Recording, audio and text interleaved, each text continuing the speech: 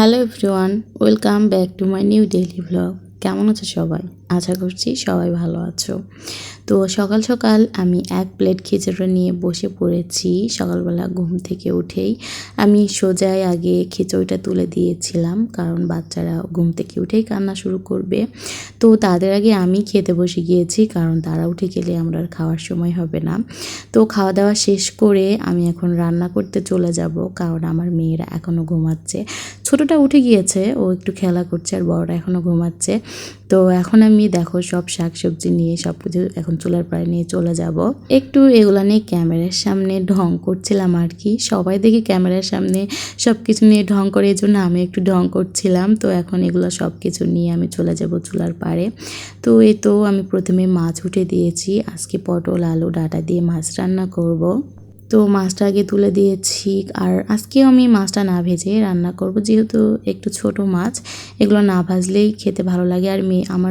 আর মেয়ে বড় মেয়ে দেখা যায় যে ও মাছ ভাজলে খেতে পারে না, যেহেতু ও চা বানানো এখনও শিখেনি।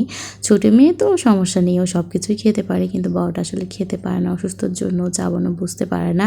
এই জন্য মাছটা না ভেজে রান্না না করলে নরম হয়, আর ওর খেতেও সুবিধা হয়, আর ওর জন্যই আমি এইভাবেই রান্না করে থাকি। তো মাছটা নামিয়ে নিয়েছি, নিয়ে এখন তরকারিতে তুলে দিচ্ছি। আর আমি তরকারিতে কিন্তু একটু সবসময় ঝালটা বেশি দেই, কারণ আমার কাছে তরকারি ঝাল না হলে একেবারেই ভালো লাগে না খেতে। আর আমার দুই মেয়ে যে পিচ্চি, তারপরে ওরা এত পরিমাণে ঝাল খায়, তোমরা যদি ওদের খাওয়া দেখো তাহলে তোমরাও বলবে যে এত ছোট মেয়ে কীভাবে এত ঝাল খায়। আসলে জানি না, এটা হয়তো বা আমরা খাই, এজন্য আমাদের থেকে ও এই অভ্যাসটা পেয়েছে।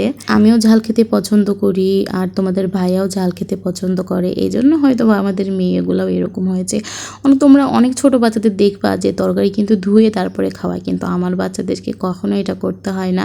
আমি যেভাবে রান্না করি ওরা সেভাবেই খায়, কখনো আমি তাদেরকে ধুয়ে দেই না, কারণ ওরা ঝাল খেতে অভ্যস্ত হয়ে গিয়েছে। যদিও এটা স্বাস্থ্যের পক্ষে ক্ষতিকর, কিন্তু কি করব বলো, তরকারি যদি ঝাল না হয় আমি একেবারেই খেতে পারি না। আর আমার কাছে কি মনে হয় জানো তো, যতদিন বেঁচে আছি একটু খাওয়া দাওয়া করেই বেঁচে থাকি, তাই না? মরে গেলে তো আর খেতে পারবো না। এই জন্য আমি আসলে এগুলো কখনো ভাবি না, আমার যেটা ভালো লাগে আমি সেভাবেই করে থাকি, সেভাবেই খাওয়া দাওয়া করে থাকি। তো এই তো আমার তরকারিটাও কষানো হয়ে গিয়েছে, এখন মাছটা সুন্দরভাবে দিয়ে দেব, তাহলেই আমার রান্নাবান্না শেষ হয়ে যাবে। এখন ভাত উঠিয়ে দেব, একটু রুটি করব।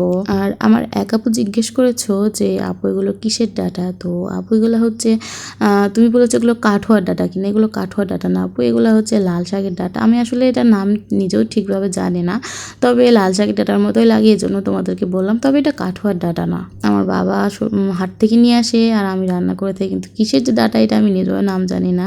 তবে আমাদের এখানকার নওগাঁদের গ্রামের ভাষায় এটাকে খুড়া বলে। তো ঠিক আছে, আজকের ভিডিও এখানে শেষ করছি। তোমরা সবাই ভালো থেকো, আর আমার জন্য অনেক দোয়া করে দিও। সো আল্লাহ হাফিজ, দেখা হচ্ছে তোমাদের সাথে নেক্সট ভিডিওতে।